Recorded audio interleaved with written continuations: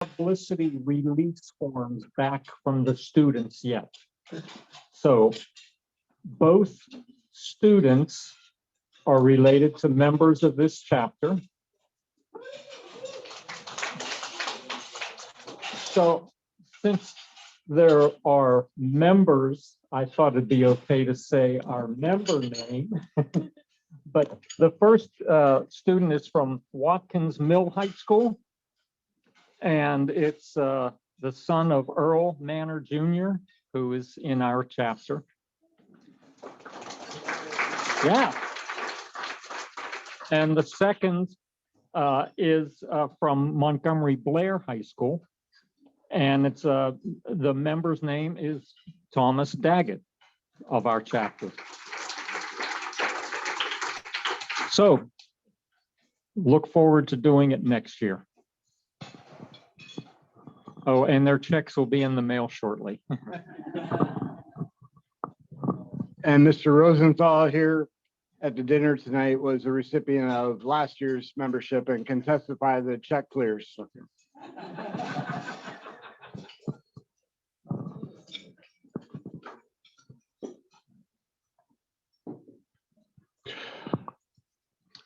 Okay, our board members for this cycle started in March. You'll see 2 blanks that say you. We're still actively looking for someone to help Dr. Chen out with our programs to get the great speakers like Mr. Launi to speak on a monthly basis. So if you're well connected within project management circles in the NCR, or you have an outgoing personality, we'd love to talk to you about helping out the chapter a little bit more than just being members. As well as the VP of Communications to help out with the newsletter, social media, website, things of that nature. As the world's coming back to normal a little bit, volunteerism and philanthropy are becoming more of something people are open to. So think it over. In the past 32 days, our chapter members have been motivated with successfully passing their project management professional certification exam. So a round of applause for them.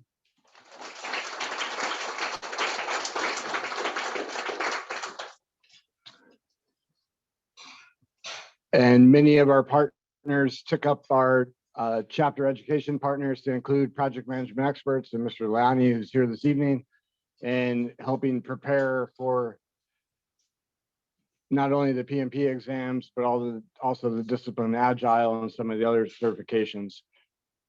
With the change from PMBOK 6 to PMBOK 7, the test is less process and math focused as it is just how do project managers react and think and deliver value to their projects, programs, and portfolios. So you can't necessarily just look at the books to figure that out. So these boot camps from our education partners who actually go through the new exams as they come out are invaluable. Okay, and we're very proud to bring back Mr. Giuliani for, I believe, our 5th time in our 18 chapter year chapter history. He's the founder and CEO of Project Management Experts, one of North America's leading project management education firms since 2005. That's supported by a 30-year career successfully delivering projects of his own and building project management excellence among his staff. And in the spirit of the holiday, he's also a Jedi Master of Project Management Training, which does hold its own certification. So we welcome Mr. Launi and thank you for being here.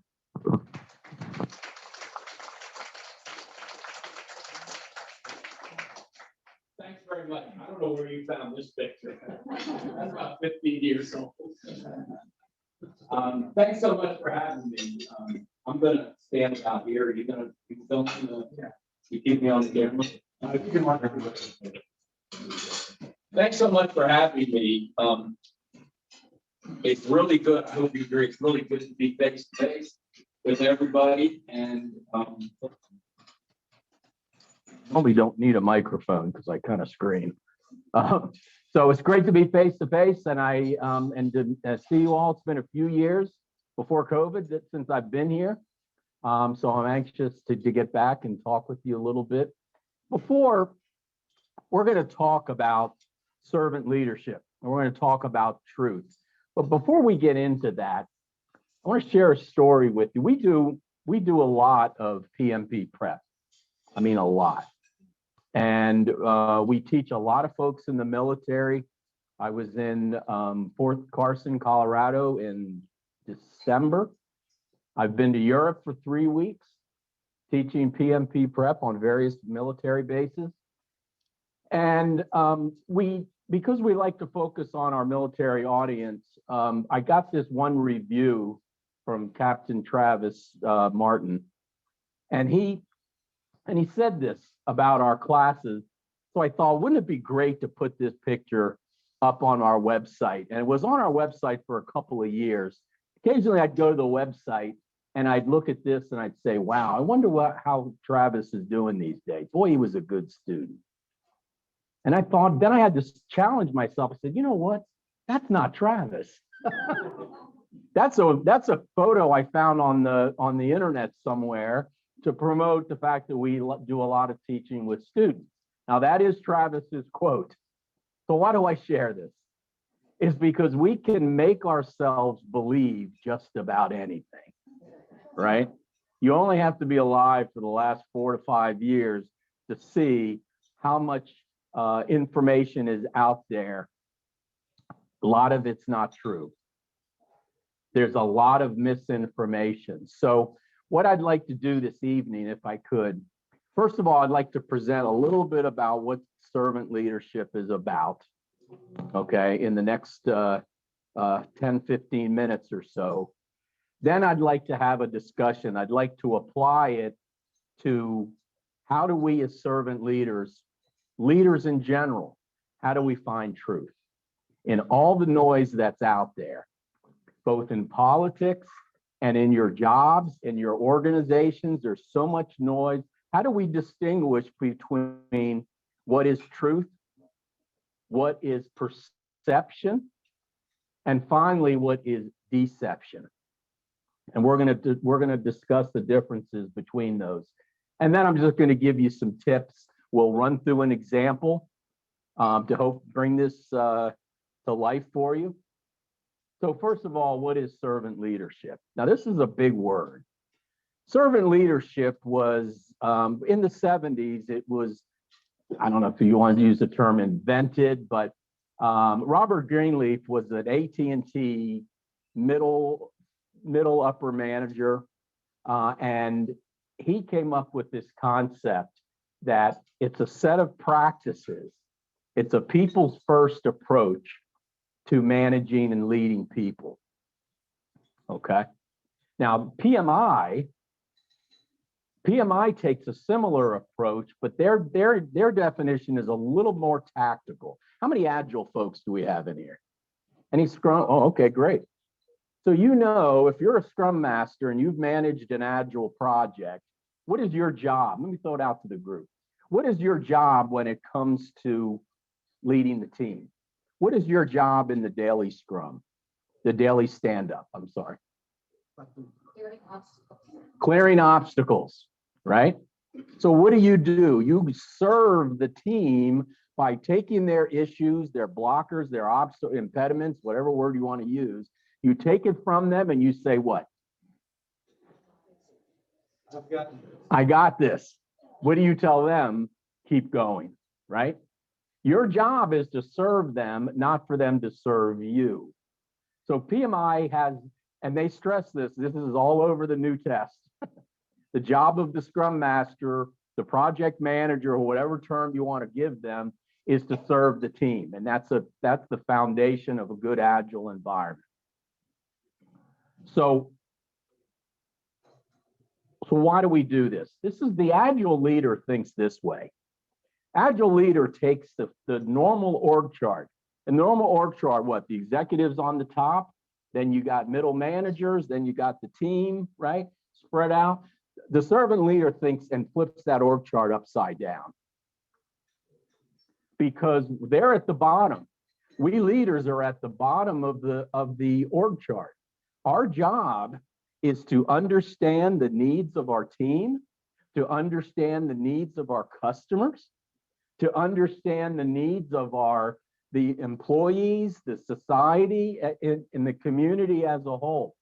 And once we understand that, we serve them. Basically, we help other people do their jobs. We help other people succeed. And it goes up. So who's at the very top of the inverted pyramid is our customers.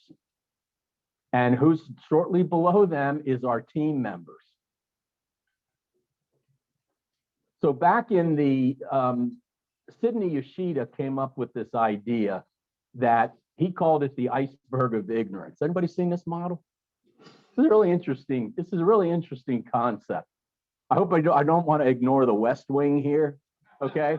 The East Wing is getting a lot of attention, but believe me, I haven't forgotten about it. The iceberg of ignorance says that the executives in an organization really don't have an idea of what's happening down in the bowels of the project, right? They really don't know. Who understands? We're all project managers here. We deal with the technology, we deal with the issues, we deal with the customers, right? We know what's going on. It's our job to know what's going on. What's the role of the executive, the CEO in any organization? What do you think? Anybody?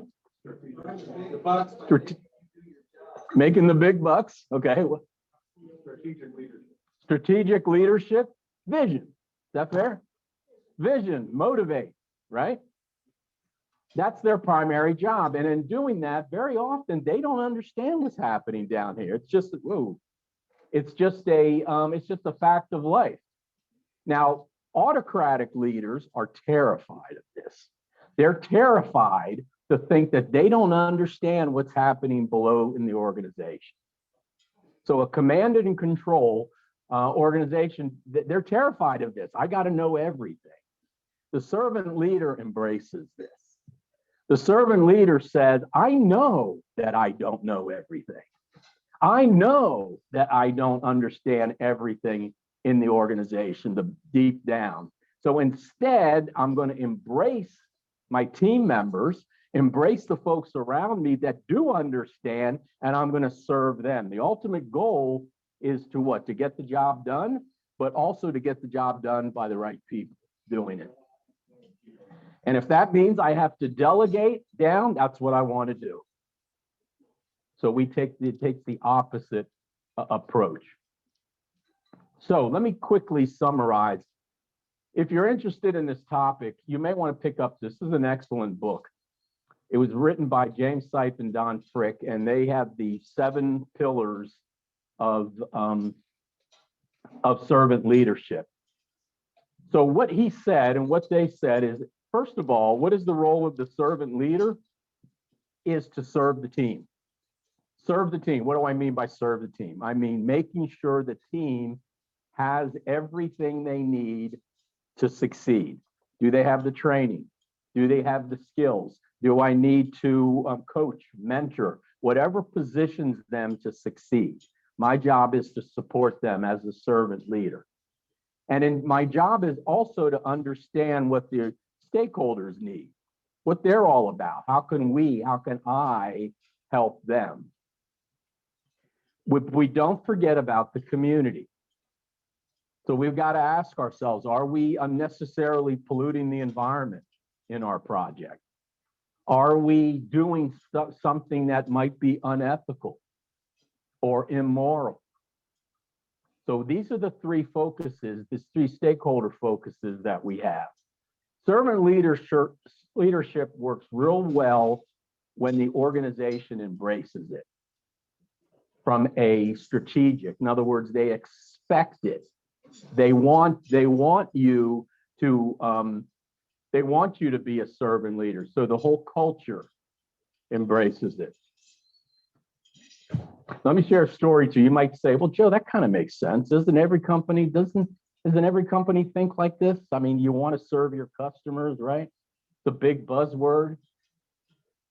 let me share a story with you. I don't want to mention the company. I was working for a large company and I was running their PMO. And this company was a software products development company. And we developed software that we released into the marketplace to be used by our users and by our customers. And as running the PMO, I had about six project managers working with me. And part of my job was to enhance the project management processes and procedures. So I'd been in the company for at that time, only about 7-8 months.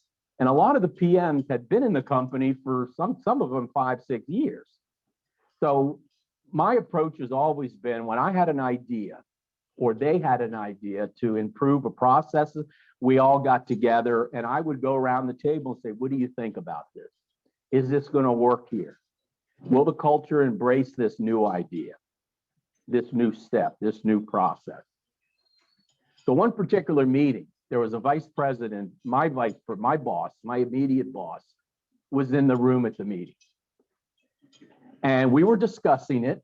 And one person at the meeting was talking and I thanked her and I said, now I want to know, I said, thank you, Sue. Now I want to know what Andrea thinks. And my boss shot me a look, and I'm not lying. I'm standing up like I'm at the table. I'm not standing. I'm at the table. We're having this meeting. He shot me a look like this. And I'm like, whoa, what was that about?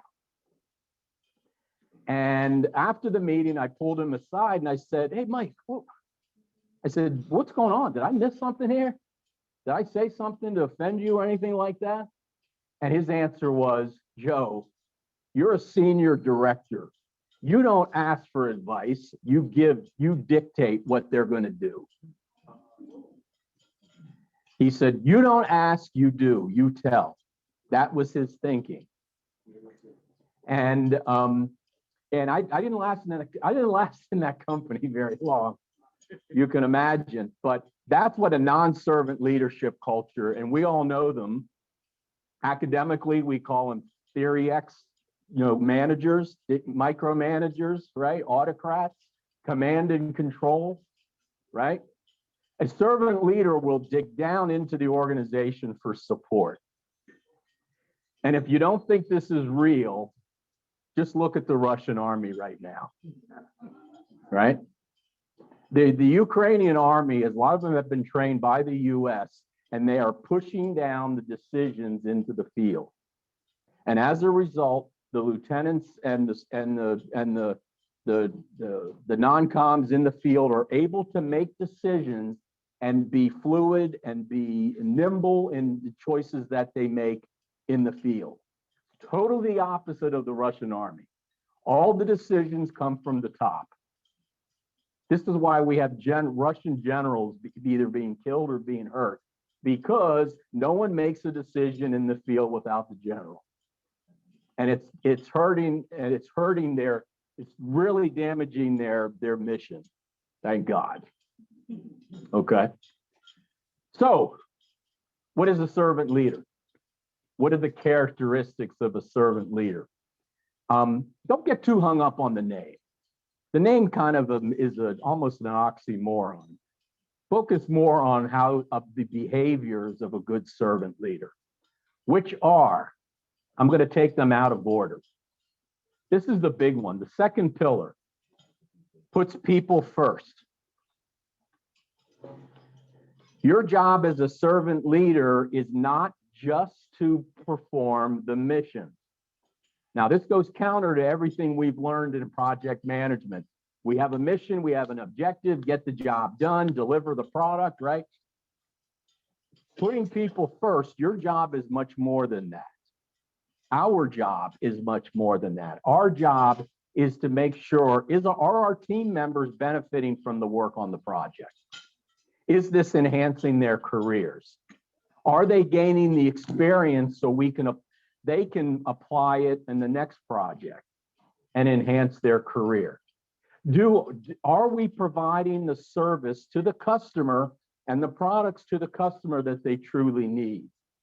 A servant leader isn't afraid to say, wait a minute, Mr. and Ms. Customer, are you sure you want to do this?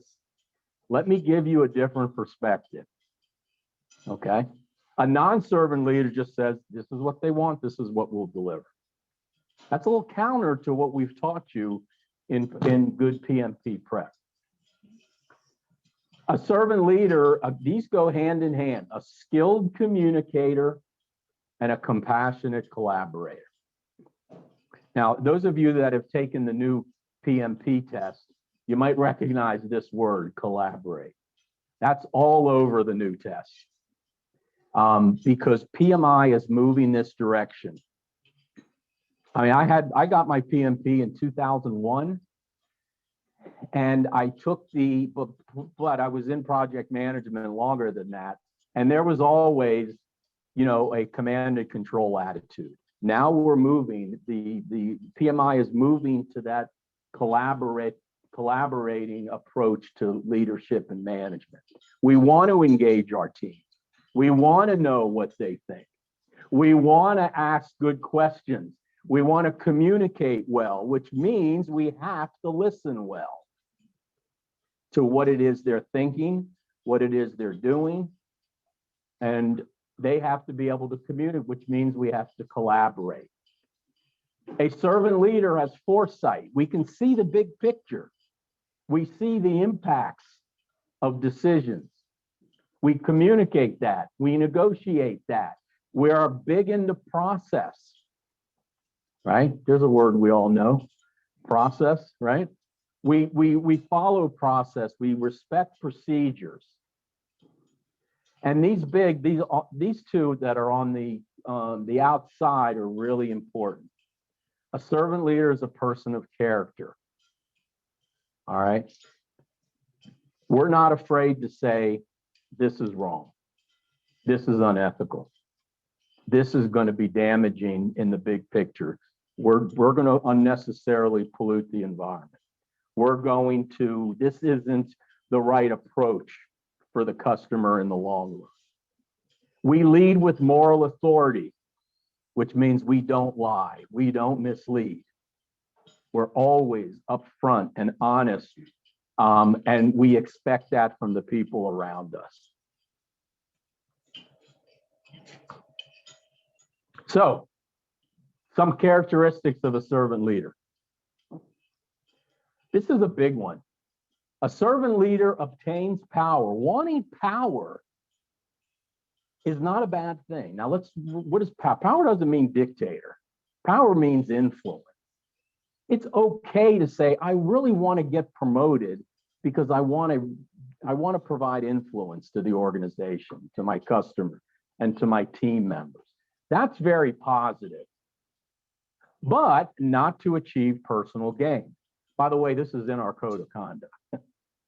We don't seek power. We don't make decisions for personal gain. We're always seeking power and influence in order to make a difference in the common good.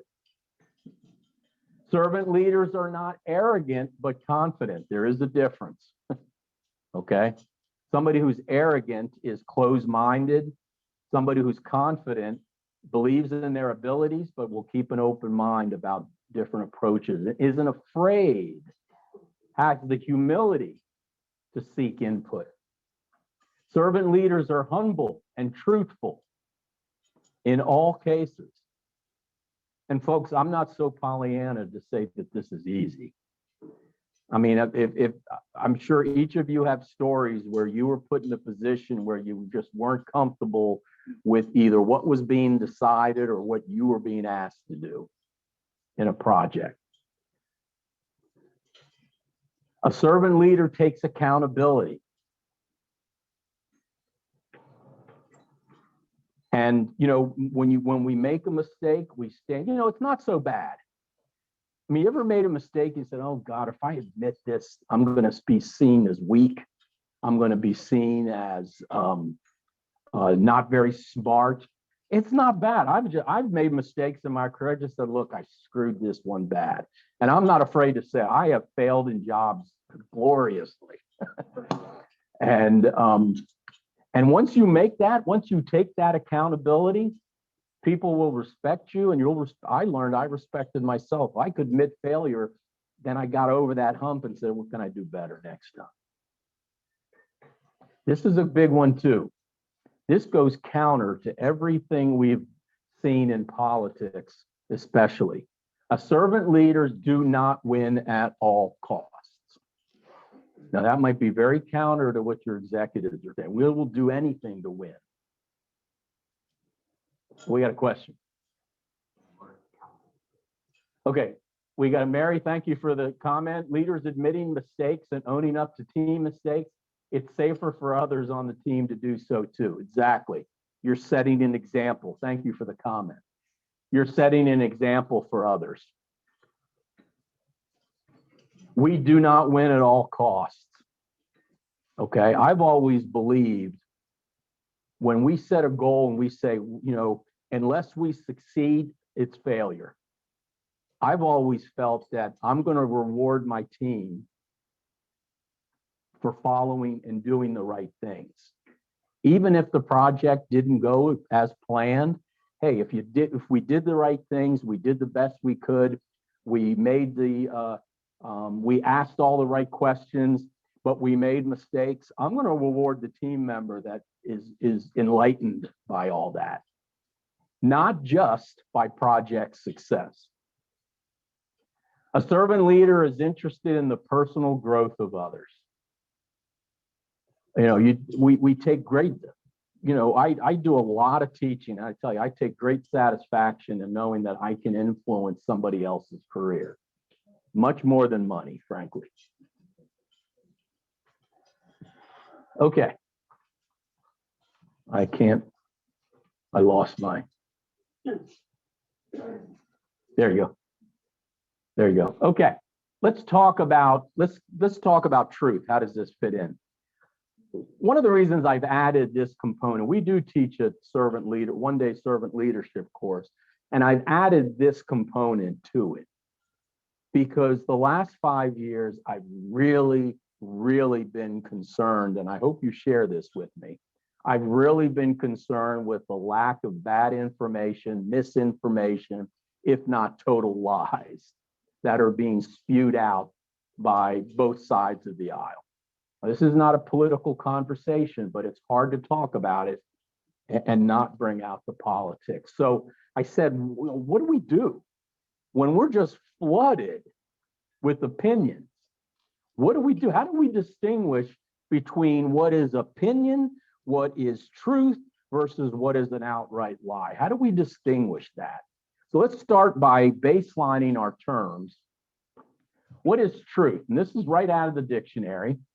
Truth, by definition, is the body of real things, events, or facts. Okay? We're here today in Potomac, Maryland, at Normandie Farms. We just ate dinner. That's facts. You're not somewhere else. Neither am I. So truth has little wiggle room for debate. When somebody says, I need to speak my truth, BS. You can speak your perception. You can speak your interpretation. But truth is truth is truth. We want to be very black and white about what is truth. Now, that said, perception or ideology, this is, well, the Webster's defines it as a point of view. I've added to this definition. Perception or ideology gives personal meaning to truth and provides context around it. So we all have, and we're going to run through an example here together. So we all have our interpretations, depending on if we're in politics, whether on the right or the left, we all have our interpretations. I want to stress that's fine. As a servant leader, we first of all, this is a methodology I'm recommending now. The first step is understand truth, understand the facts, understand what you're up against, and make sure there's no disagreement on it. The second step of a servant leader is to respect and reach out and understand various people's perspective. Perspective is good. Perspective gives us different points of view to better understand the truth and how we're going to deal with it, especially if it's an issue or a problem. So there's a third point here, and that's deception. Deception is just what it means. It's an outright lie. Okay? It's an outright lie. Sometimes it's conscious, sometimes it's subconscious. Some people will tell untruths because they believe it to be true when it's not true. They interpret it. But bottom line, it's a deception. It's a lie or an untruth. So when you go to somebody and say, you lied to me, you got to be real careful because they may not have lied to you. They may have told you an untruth, but their intent was not to lie, right? There's a difference. But still, if it's not true, then it has to be either a perception or a deception. Let's give an example here. We're all coming out of COVID. But let's think about 2 years ago. What is the truth when it comes to COVID? March 2020. So what is the truth here? Well, we found in the spring and the summer of 2020, people were getting sick, and I use the term some because I wanted to soften it a little bit. Some are dying. You could replace that with many are dying, depending upon how you perceive it. But people are getting, is that fair? Did I speak an untruth? Did I say anything that you can say, no, Joe, that's absolutely wrong? Hey, I'm here, hit me. Yeah, people are getting sick and some are dying. That's where we start. A servant leader then says, okay, now how are we going to deal with this? People are dying. How are we going to deal with this? So what did we as society do? We had two perspectives that are fair perspectives. I'm not going to pass judgment and I'm not going to tell you what side I'm on. There were two perspectives. Close business, put everybody in masks and quarantine. The other perspective was open business. Don't take our freedoms, optional masks. No, let's not quarantine. People get sick. We deal with this all the time. This isn't the first time this country has dealt with, pandemics. Yellow fever in the early 1800s has about wiped out half of New Orleans for years, 50 years. So a servant leader says, what do we do? Do we open business? Do we close business? Do I close my project? Do I keep it going? Do I bring people in? Do I have them stay home? Those are all fair discussions. Okay. So we want to engage in that. Now, are we saying that you're a robot? You're allowed to have an opinion. You're allowed to think one side or the other, and you're allowed to influence with your opinion. But if you don't know the difference between truth and perception, truth and perception, it gets all bungled up. Go ahead. How should servant leaders take 360-degree feedback?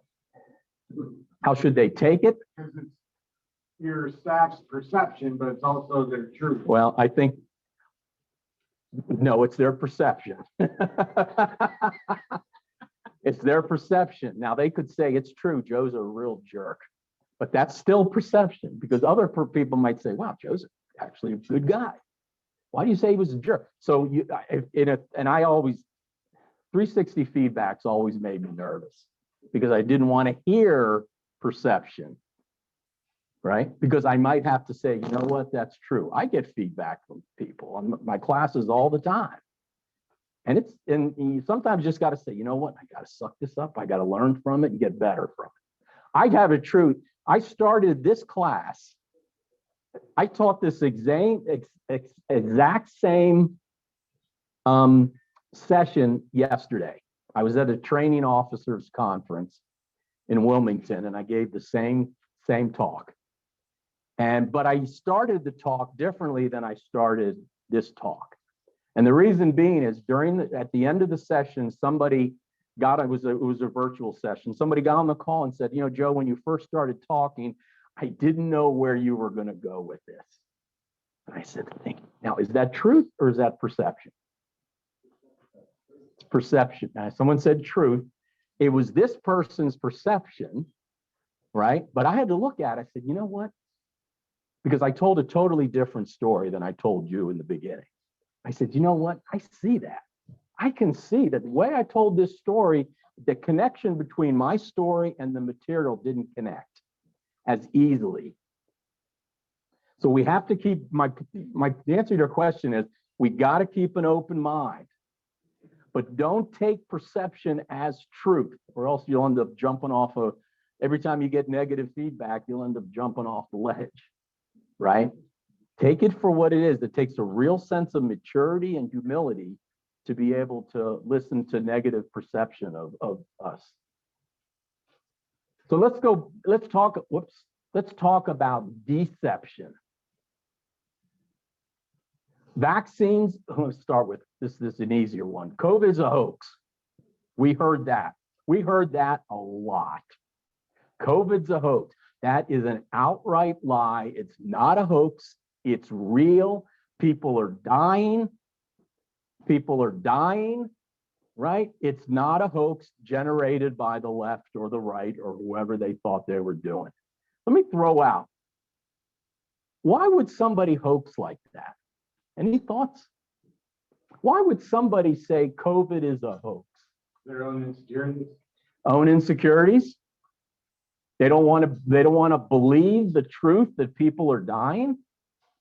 Why else? Lazy. What do you mean? They don't want to put the work. They don't want to put the work in. Oh, okay. They don't want to go through the trouble to deal with what it is they have to deal with. Okay, that could be a reason. Any other thoughts? They don't want to get shot.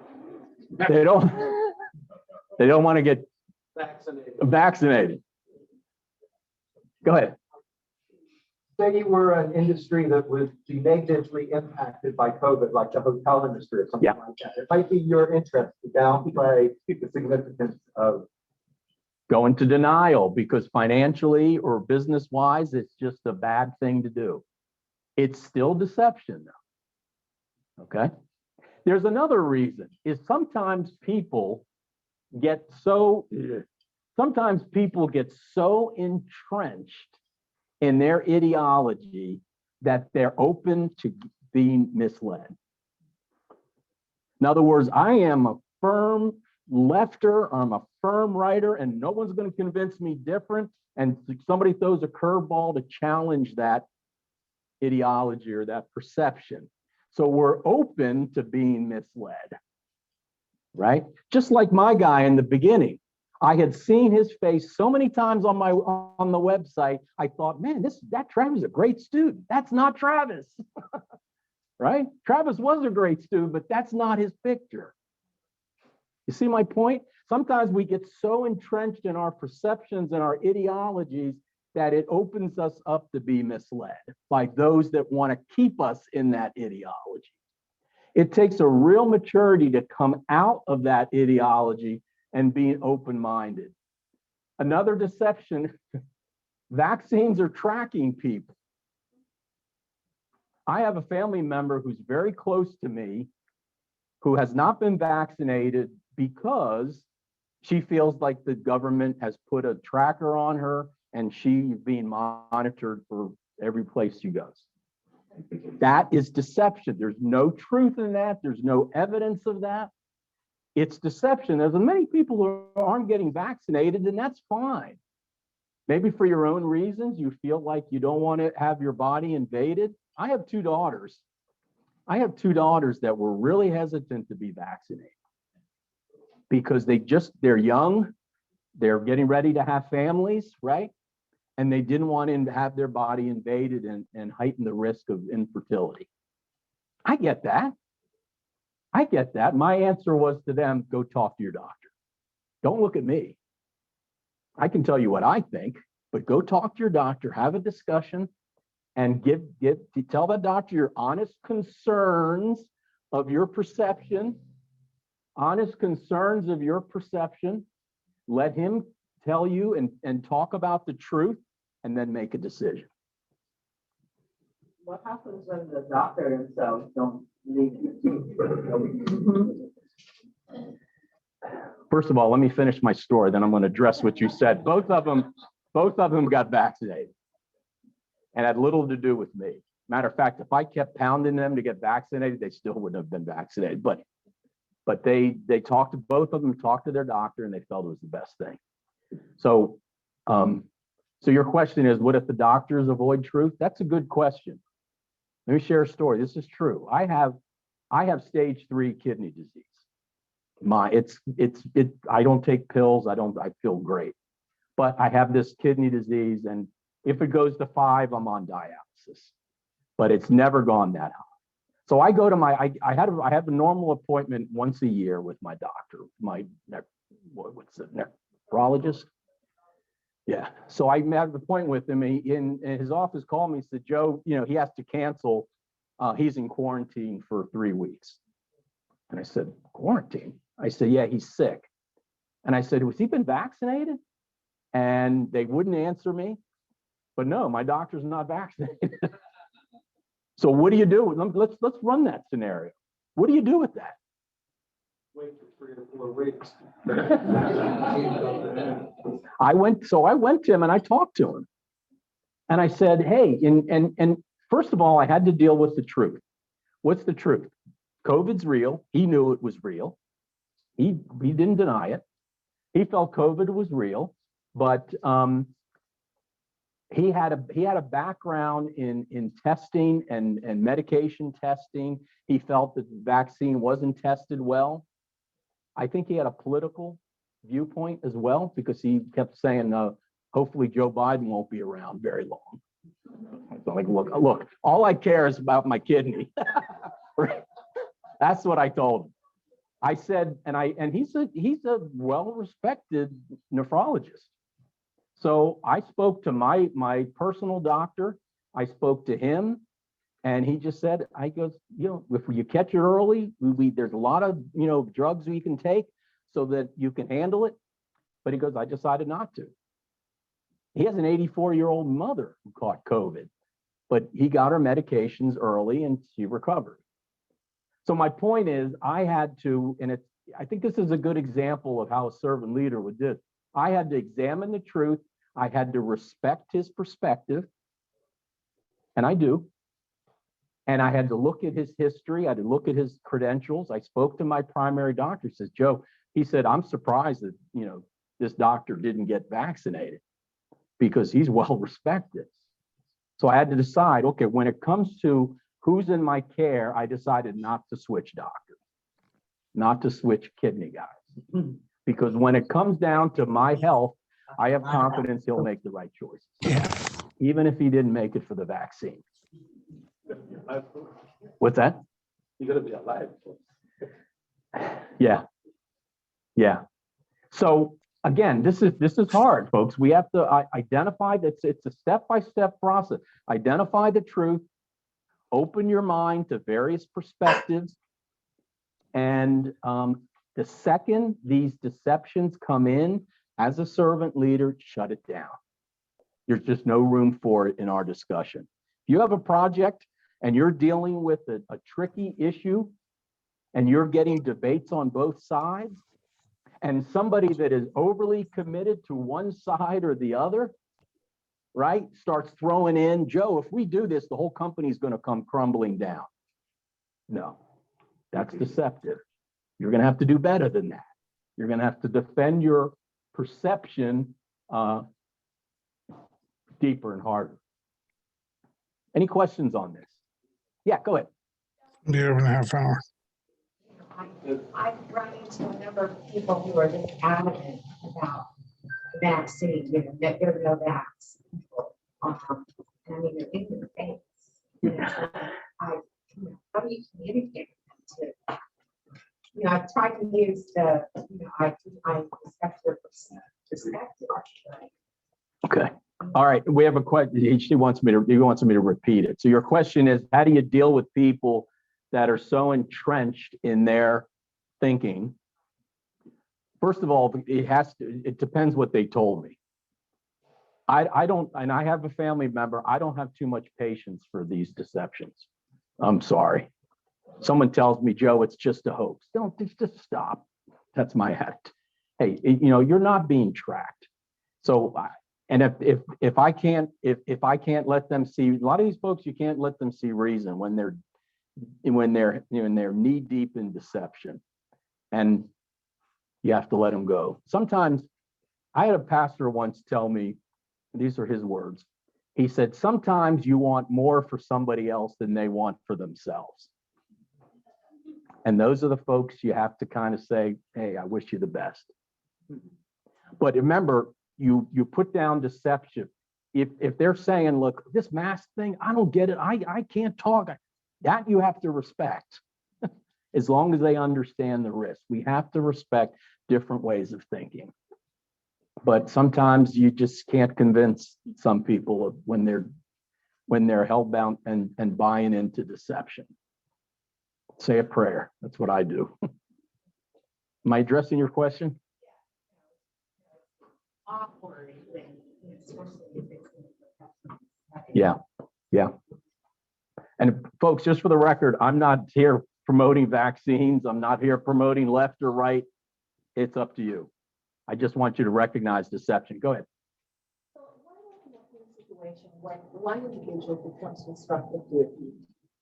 That you have to manage. What's the best way to manage this? Disruptive in what way? Okay. Into the I call this the red zone. Well, it's disruptive in a way as that, the bad apple spoils the best of the apple. Mhm. Which becomes a negative influence to a team. And you see your team going on a downward spiral instead of an upward spiral. I think you have to use your standard conflict management techniques that we all learned about if you took PMP. I think it starts with understanding the issue, understanding where this person who's been destructive, where are they playing, right? If they're being deceptive and you can't read, I would pull them aside and say, look, Brad, this is going to stop. This has to stop. Because what you're saying, what you're promoting, I know it feels real to you, but this is not real. And if you think it's real, you're going to have to give me more facts. You're going to have to go from the red zone into here, and I need harder information than you're presenting. Okay. If it's in the perception and ideology zone, you have to respect it. You may pull them aside and say, look, it's not what you're saying here, it's how you're saying it. And it's when you're saying it. Can we come to an agreement together? Like say, express your opinion at our daily meetings or our weekly meetings. You can, but after you leave there, I'd really appreciate it if we could control the dialogue, control the communication. Those of you who took the latest test, there's one thing that we do. There's one thing that we can do as team member or as project managers to control a situation like that. Does anybody remember? You just took it. Do you remember what it's called? Team charter, team ground rules. I mean, this is right out of the textbook. One of the things you can do when you get that team together, you say to them, if it were me, I would create a ground rule with my team that says, we will only talk perception and truth. That if we start to talk deception, we shut it down. And if you want to stay on deception, you're going to have to bring me facts, and shut that down. And you can lay some of those ground rules at the beginning of a project. Yeah, rules of engagement, whatever you want to call it.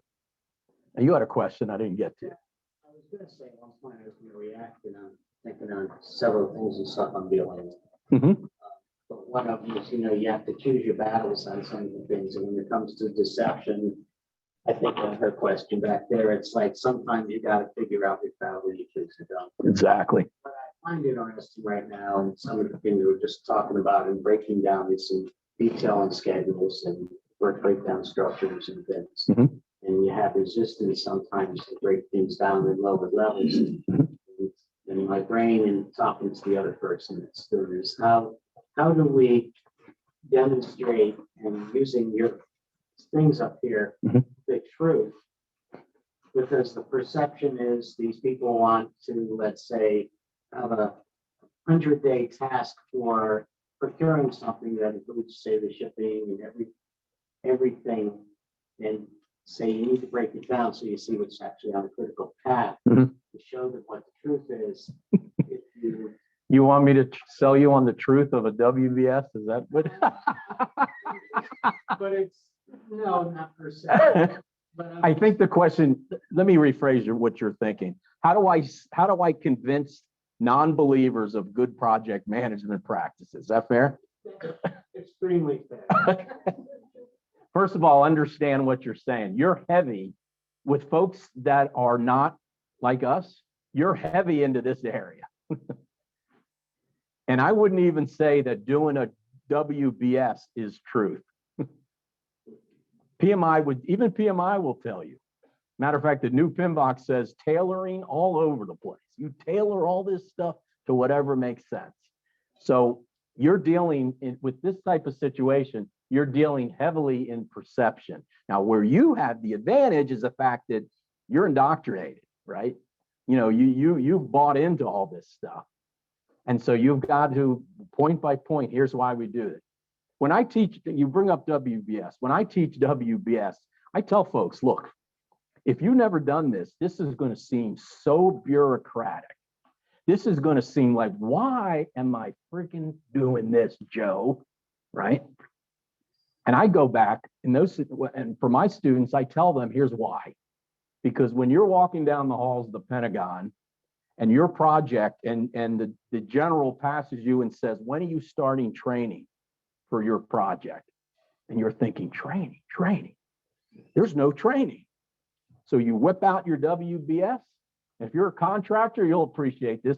You whip out your WBS and you say, sir, there's just no training. We never agreed to training. It's not here. So what does that mean for you contractors? What's the next question you ask the general?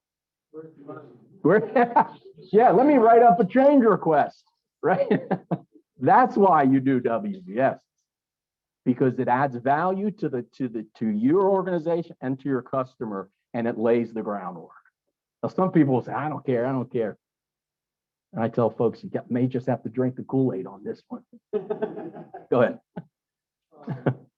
You were talking about how you bring them in to do this.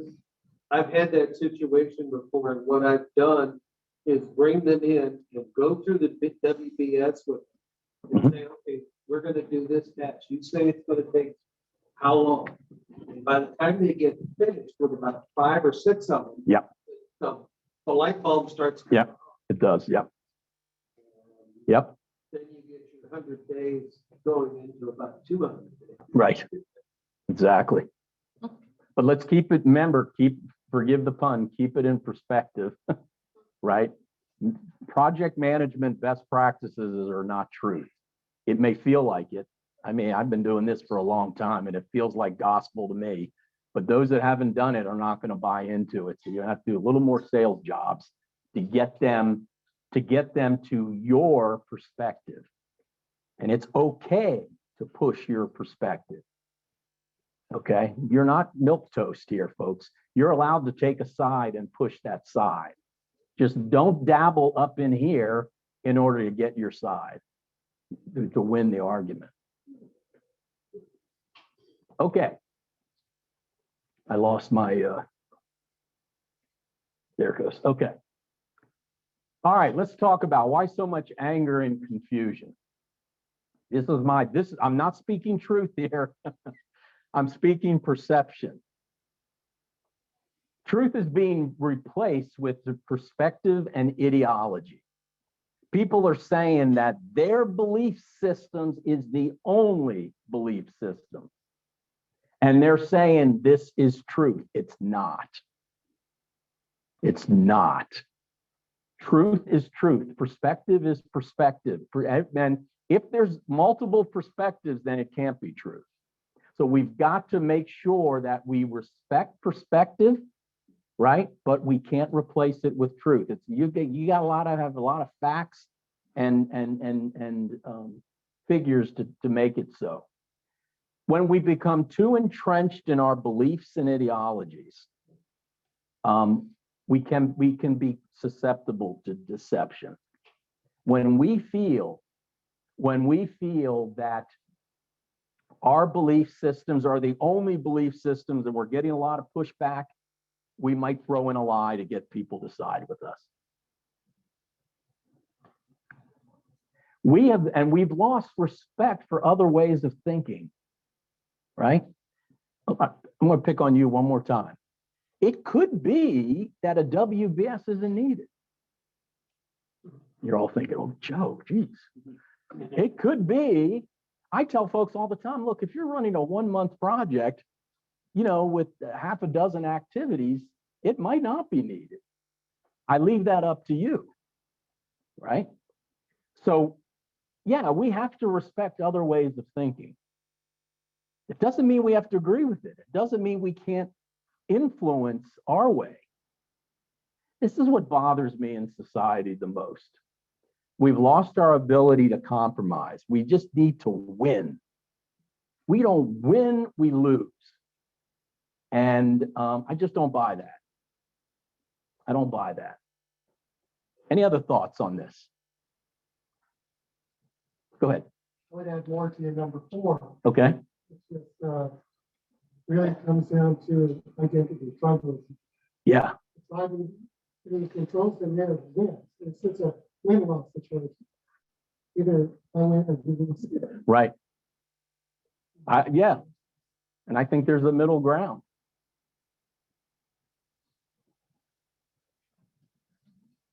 So you might say, how do we get to truth? With all the noise out there, on whether it be on our projects or in society, how do we get to truth? Now, this is my technique, and I'm going to leave it up to you because each of us has our own ways of finding truth. This is what I call the peace point. Are you all familiar with Maslow's hierarchy of needs? Okay, what's at the very top? Self-actualization. That's what I call the peace point. Now, if you can even get to self-actualization, most of us can't stay there, right? Self-actualization is when you're at harmony with the universe. You're free of prejudice. You're open-minded. You listen to everybody's point of view without prejudice and judgment, right? Most of us, if we can even get there, it's what happens. The pink slip comes, boom, and you're right back down the pyramid, right? And you got to creep your way up. So if we can get there, but I would challenge you, when you're in a difficult situation and you have to make decisions and you got to deal with conflict and you got to deal with unreasonable people, right? Take about 15 minutes and be self-actualized. Fake it. Fake it until you make it. So just say to yourself, okay, I'm going to keep an open mind, force myself to think. What I do personally, is I place myself in God's presence. I said, Lord, I don't understand what's going on here. Help me find the truth. What is it I need? What is the real issue here? Some of you might have a parent that you can, meditate with. Maybe you have maybe it's Martin Luther King, somebody you really respect in history, and engage with them and try to think like they would think. And find those truth of all things, what can't be disputed. All right. And once you find it, then you can open your mind and see other points of view. And always crush deception. The second it comes up, you crush it. Recognize it, crush it.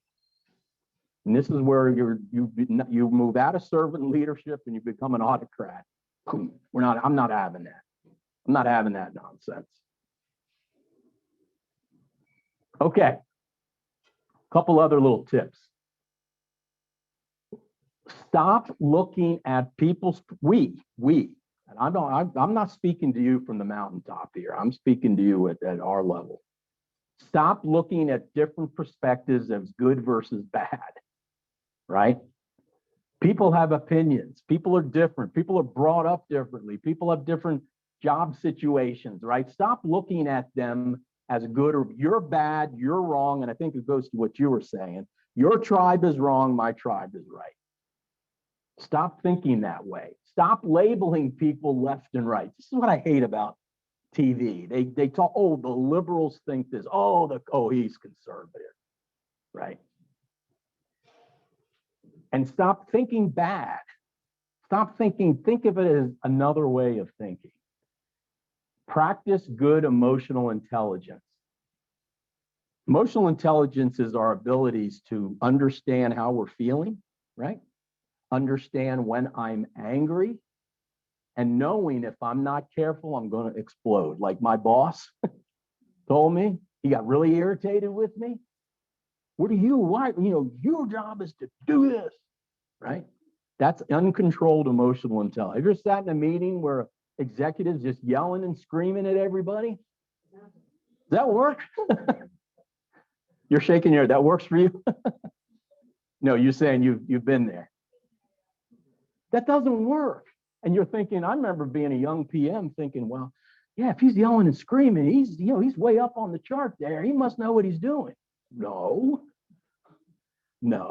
it doesn't work. So we have to control, there's nothing wrong with being angry. I get being angry, but it's how you express it that will help or hurt you. This is a big one. We have all been deceptive.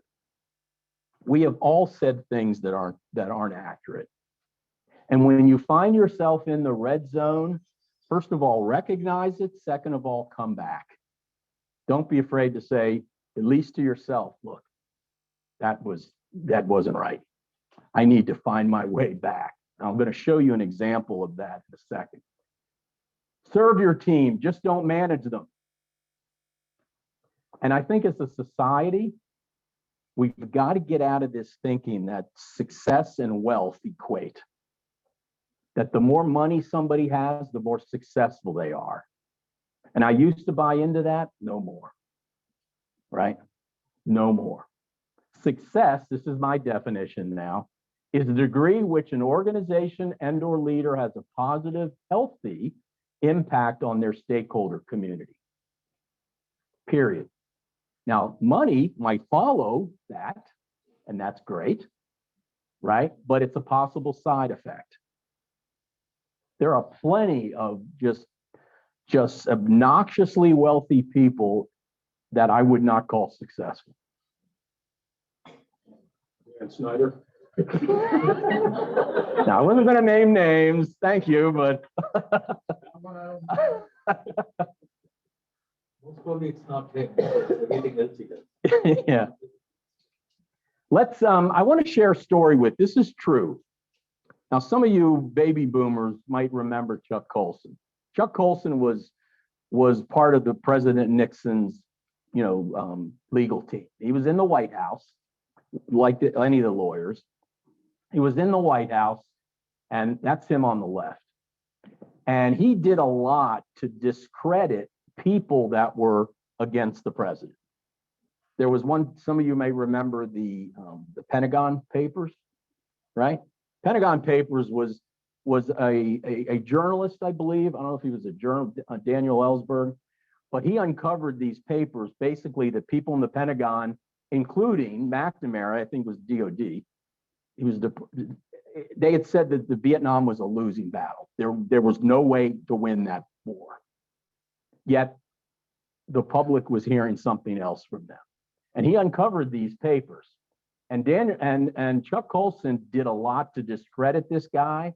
They broke into this Daniel Ellsberg psychiatrist office. They stole some papers, all in an effort to protect Nixon, right? So when Watergate came down and a lot of these guys were going to jail, he was actually sentenced 8 months. Now, he pleaded guilty. He went to trial and his attorney told him, I think you're going to get off, maybe with probation. But he ended up pleading guilty because he felt so guilty about everything he had done and that he ended up pleading guilty. He served 7 months in prison. And during this time, between 70 and 76, he had a kind of metamorphosis. He started finding Christianity. He started an organization called Prison Fellowship. They're based right here. They're based right near me in Leesburg, Virginia. And Prison Fellowship does, he got this from being in jail. Prison Fellowship is an organization that provides, they do things like they get presents for the children of inmates, right, for Christmas time. They do a lot of fellowship and Christianity stuff. This is a great book. I would encourage you to read it. Now, you don't have to be a holy roller. You don't have to be a Christian, right? But if you read this book, it's a great historical read of what happened during the early 70s and his metamorphosis from one point to another. He dropped out of government totally and started this nonprofit when he got out of jail. And basically, he says in this book, I was tempted by doing the wrong thing. And he says in there, and this is his quote, how can we as a society do what's right, even in the face of powerful temptations and incentives to do what's wrong? And he went from deception right back to truth. And the rest of his life was lived really productively. So I would encourage you to read this book. Again, it's less about, if you're a Christian, you'll enjoy it. Even if you're not, it's a great historical perspective of how somebody looked at their own conscience and made a different choice. Any questions? Any thoughts? I really appreciate the comments we got. I think it makes it more fun for everybody. Go ahead. In terms of performance management, that's a perception that becomes fact and can become a fact on the record for years if there's stay in that employer. What do you preach to your new supervisors and mid-level managers about appraisals and how? Like a bad appraisal? And now you want to fight through it? Is that what you mean? That's one person's perception. For the federal government, you're either a 5 or a 3. Mm-hmm. But that's your perception, but it's fact in as soon as it's finalized. So my advice to people, first of all, is own it. Own it. Own the mistakes that you made. Understand why you're a 3 and not a 5, at least in somebody's perspective, right? Understand why you're a 3 and not a 5. And when you go into a new job interview, own it. Say, here's what happened on this job. Let me share a story. I have a stepson. He's a nice guy. I love him. But he got into some trouble. He's without going into too much detail, but he loves guns. And he uses his guns to show off to people. He likes to make friends that way. Hey, look at this collection I have, right? Well, he carried these guns into DC where he was working. Yeah. Yeah, and he showed them off to the wrong people. One of them was a DC cop, Drew, because he's impressed with police. So what did this cop do? He called him, he got arrested. The city put him on probation. So he doesn't know how to handle it. He goes, Joe, I go into these job interviews. What am I supposed to say? And he says, I said, dude, own it. Own it. Yeah, it happened. Right? He wants to come up with all these untruths, all these deceptions, right? I won't go into some of the things he's done, but I tell him, own it, man. Just go into these job interviews and say, hey, look, I'm going to be frank with you. Before you do the background check, here's what happened to me, right? I made a mistake. I learned from it. I'm on probation. I'm going to get better for it. I'm a better person now. At least I know where I can take my guns and not. But I'm a better person now because if you don't own it and they find it on the background check, the recovery is much greater than if you owned it up front. Go ahead. Mistake, it's harder to forgive them for lying. That's right. Exactly. That's my attitude with them. We're talking about deceptions. So I went and visited my dad, recovering from open heart surgery. And he was supposed to be doing laps during the day. He's tired, he doesn't want to do it. So my stepmother is calling and saying, you know, you have to do your laps, you have to do your laps. My dad gets up, he's all upset, and he's doing it, and I'm doing these laps. And I said, Dad, you know, if you want to sit on your ass for the rest of your life, I will fight for you. But the intent here is for you to get better. Mhm. So think about that in your anger. Right. So, you know, he was being deceptive. Yeah. He's supposed to get better. He needs to do these laps. Right. And they'll make all kinds of excuses not to do. I think when we lie mostly to ourselves, and that's what gets us in trouble. I think she brings up a good point, which is, when I thought about it, that deception comes from, well, a good portion of it is saving face. Right. Some cultures even do it as part of the culture. Yeah. Yep. Yep. Good. Thanks for the insight. Anybody else? Okay. I hope the topic interests you. I put, whoops, I'm not going to go there. I put my website down here. And here's a couple classes. If you'd like to take the full course, if you use this discount code, we'll take $50 off the course. This is we have enrollment for the June 21st course. The communications course is also excellent. And we'd certainly like to have you join that. Those are virtual courses for right now. I'm going to leave you with some homework. And I'm not going to I have a slide for it, but I'm not going to show it. If you've been following the news, you know what's happening with Roe v. Wade, or what might be happening based upon this leak.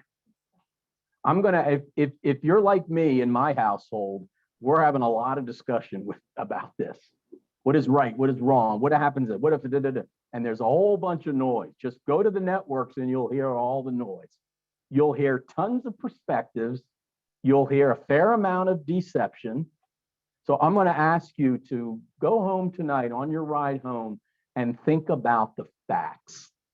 What are the facts? Some of you in this room probably don't know a world where before Roe v. Wade, right? So now you're entering into a new world. I'm not going to pass judgment on either side. It's not why I'm here. I'm asking you to do some thinking about what is the truth. What is the truth about abortion, about women's rights, about bodies, their bodies, and whatever. Make a list of the truths before you take a side on, pro-life or, or pro, it doesn't matter. Think about the truth first. What are the facts in this situation? And then come to your decision on, which side of this argument we're all going to find ourselves in if we haven't already been in. Go ahead. I think one of the hardest things is for someone, for us to sort of like set aside our own perceptions. Mm-hmm. We're seeking truth, but we may be coming at it with a certain bias or. Yep. Yeah. Yep. Hey, folks, I never said this was easy. This is not, anybody can stand up here and give you the methodology, but this is not easy. We all have our prejudices. We all have our deceptions, mostly to ourselves. Yes, sir. Apply to that. The only truth that I can say in all of that is that this is the first time in history that somebody has leaked. Yeah, that's a truth. That is a truth. Now, what's not a truth is how is this going to impact the Supreme Court moving forward? We'll find out. That is a truth. Go ahead. One of my perceptions is, or I realize with some of the deceptions that I caught, I get emails through the Facebook thing, whatever the social media. And what I find in my own brain sometimes is certain things that I find are deceptions. I might push to the opposite side. It's sort of like you create the opposite deception, but you still know it's a deception. Yeah. Yeah. It just angers you so much. And you have to stop and say, what's a deception? Yeah. And go ahead. Yeah, no, just a deep thought that it's presuming that for a perception, there's some truth. Otherwise, they won't. But I think there's one area for thousands of years. There's basically, no one knows what the truth is. Yeah. Religion, right? Religion. They all live off perceptions, and we can keep arguing how many gods are there. Yep. But Yeah, some of the basic tenets of a religion are really hard to prove. and everybody finds out on the day of the day. Yeah. Then you know the truth. Yeah. Then the truth comes to you. Yep. Yep. Right. That's right. Yeah, faith is all perception. And that's good. Yeah. So there's this perception, we all step in it. And the way out of it is already been mentioned, which is to be vulnerable. Yep. Own up to it. And we know that from our own experiences, that carries a lot of it too. Yeah. And it involves some of those, and we just let that flag. And now they're going to be gone, no matter what, and you become the other side. Right. It's kind of changing on. Yep. Yep. How do you deal with it? When you have a chink in your armor, when Step over to vulnerability. yeah. I've always felt that private conversations, are the best way to do it. And sometimes it's not going to happen. And as a group, we step back to the public persona. Yeah. Yeah. I wish I had all the answers. Hey, I'm just the guy with the methodology. Huh? Yeah, it's personal coaching, mentoring, right? Right. But never in front of everybody. If you want people to dig into their deception, unveil it in front of the whole team, because then they won't change. I've always felt that going out with somebody sitting at a bar, I don't know what it is about a bar and a beer between two people. They just drop everything. They just open up everything. They'll tell you anything. And that might be the moment you can make that transition. Thank you so much for having me. I appreciate it. Thank you.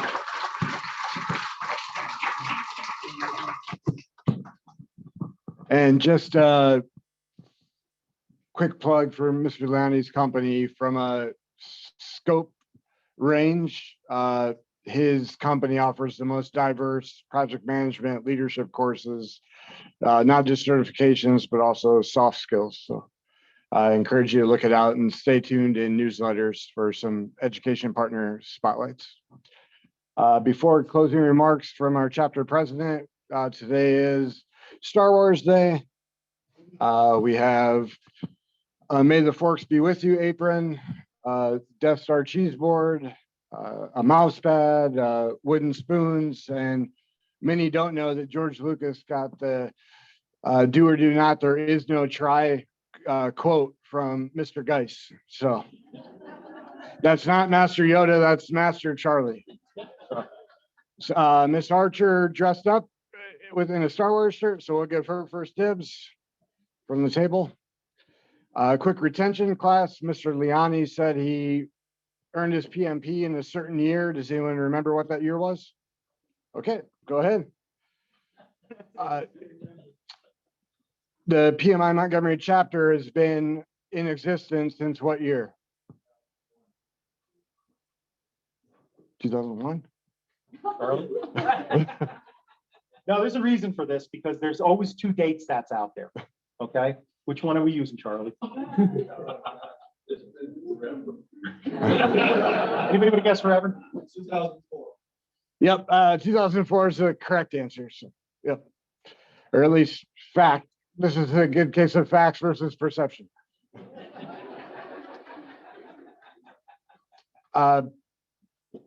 PMI has been around since what decade? Nope. Yep, there you go. Help yourself to a gift. And the last question, the PMBOK version 7 has a certain amount of performance domains. What is that? It went from PMBOK 6, 10 knowledge areas to how many performance domains? Okay, I've heard 4. Let's go higher.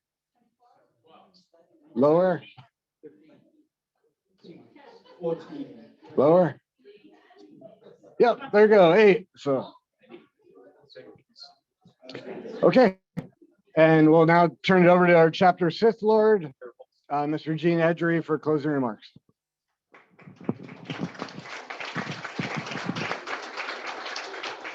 Thanks, Matt. I want to get you out of here in a few minutes so we can get you on the road. Thanks for being members. Thank you for being here tonight, and for the folks that are joining us virtually as well. We were honored to have Joe tonight, a longtime friend and supporter of our chapter. So Joe, thanks for showing up in person, and thank you for your outstanding presentation.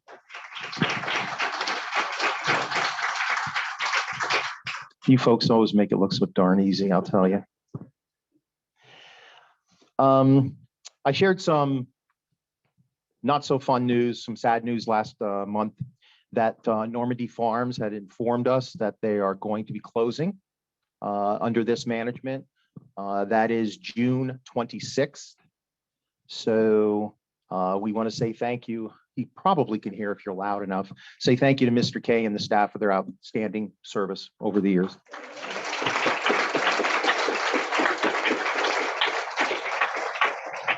They really are terrific boosters for this chapter. There's nothing that they won't do for us.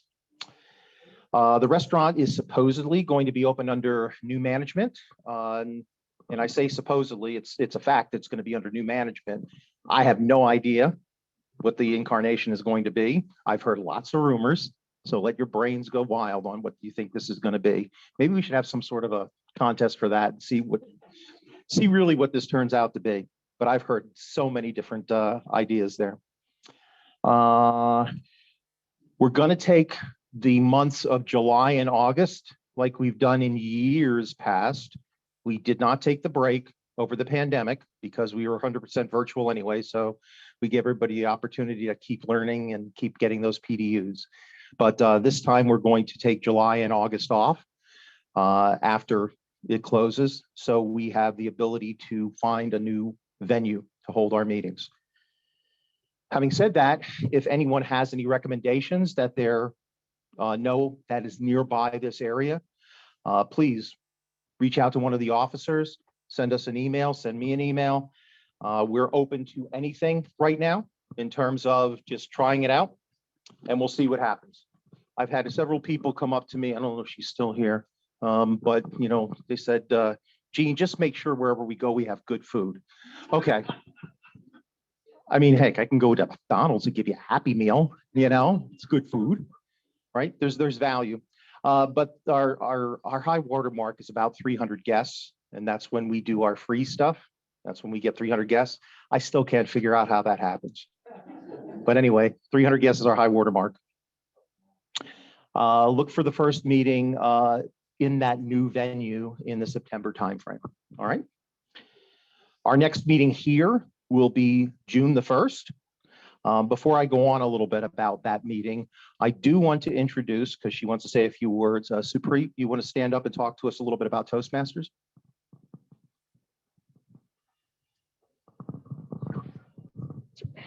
Good evening, everyone. My name is Supreet Kaur, and I am a member of the PMI chapter of Toastmasters.